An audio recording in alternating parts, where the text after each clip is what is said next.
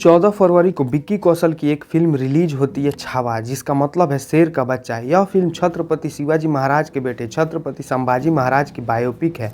आप में से 90% लोग छत्रपति शिवाजी को तो जानते होंगे, लेकिन बहुत कम लोग ही छत्रपति संभाजी महाराज के बारे में जानते हैं। शिवाजी के बाद मुगल किसी से थर थर कांपते थे तो वो थे संभाजी महाराज। छत्रपति शिवाजी की मृत्यु के बाद संभाजी महाराज मराठाओं के दूसरे छत्रपति बने। छत्रपति शिवाजी का पुत्र होने के नाते संभाजी अपने पिता द्वारा हिंदी स्वराज के निर्माण के लिए किए गए प्रयासों को देखते हुए बड़े हुए। वे 16 साल की उम्र में अपना पहला युद्ध लड़े और उसको जीता भी। संभाजी महाराज अपने अल्प जीवन काल में कुल 120 युद्ध लड़े और अजय रहते हुए सभी युद्धों में जीत भी हासिल की।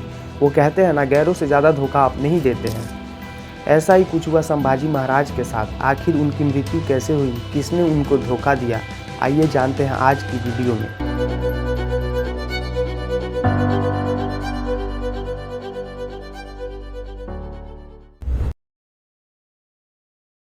संभाजी महाराज का जन्म 14 मई 1657 को पुरंदर के किले में हुआ। वे महान छत्रपति शिवाजी और उनकी पहली पत्नी सईबाई के पुत्र थे। 2.5 साल की उम्र में ही उनकी मां का देहांत हो गया। मां की मृत्यु के बाद शंभू राजे का पालन पोषण उनकी दादी मां जीजाबाई ने किया। संभाजी राजे न केवल अपनी दादी के करीब थे, बल्कि वे अपने दादा शाहजी महाराज के लाडले थे। जीजाबाई ने अपने पुत्र शिवाजी की तरह ही अपने पोते संभाजी में भी राष्ट्र प्रेम, धर्म प्रेम, हिंदी स्वराज जैसे आदर्श जीवन मूल्यों को स्थापित किया। 14 साल की उम्र में ही उन्होंने 3 संस्कृत के ग्रंथ लिख दिए थे। संभाजी अपने पिता के हिंदवी स्वराज के निर्माण के लिए किए गए प्रयासों को देखते हुए बड़े हुए। मराठा साम्राज्य के राजकुमार के रूप में संभाजी महाराज ने एक से ज्यादा मौकों पर अपनी बहादुरी दिखाई। उन्होंने 16 साल की उम्र में रामनगर में अपना पहला युद्ध लड़ा और जीता। उन्होंने 1675 और 76 के दौरान गोवा और कर्नाटक में सक्सेसफुल मिशंस को लीड किया।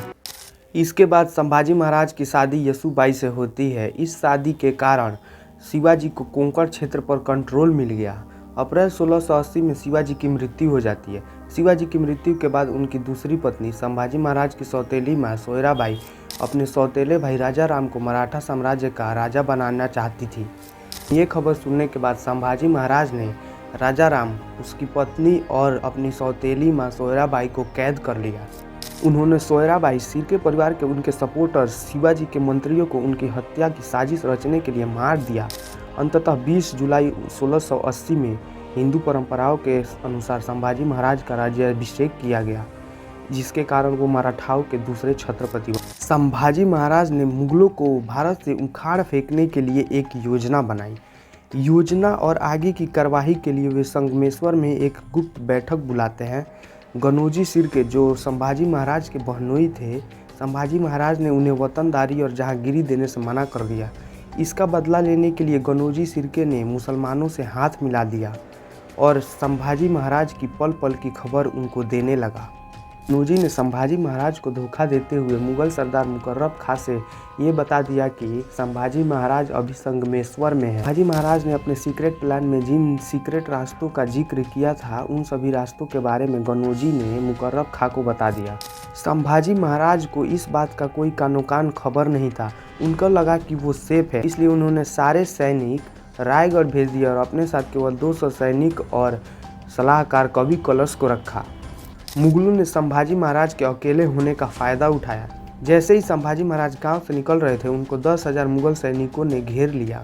इतने सैनिक देखने के बाद भी वे हार नहीं माने, लड़ते रहे। गांव की मिट्टी खून से लाल हो गई थी, मानो जैसे खून की नदी बह रही हो। लेकिन अंत में 1 फरवरी 1689 को संभाजी महाराज और कवि कलश को मुगलों ने बंदी बना लिया।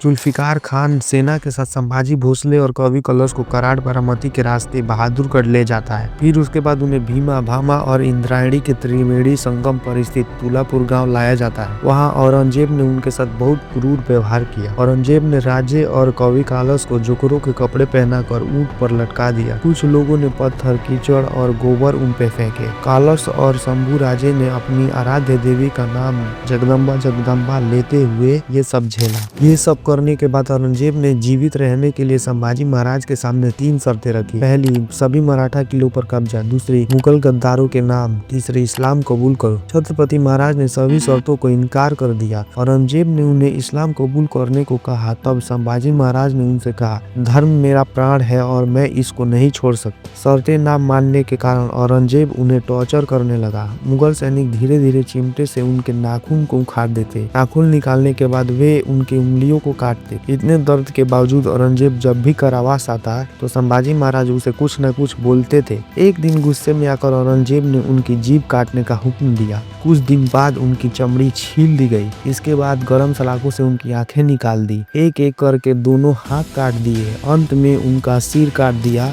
और धड़ के 2 टुकड़े कर भीमा नदी के संगम पर फेंक दिया। संभाजी महाराज ने अपने प्राण देकर भी हिंदू धर्म की रक्षा की। उनके बलिदान के कारण सभी मराठा और हिंदू स्वराज एक होकर मुगलों से लड़े। इसके बाद थोड़े वर्षों बाद ही मुगलों का अंत हो गया।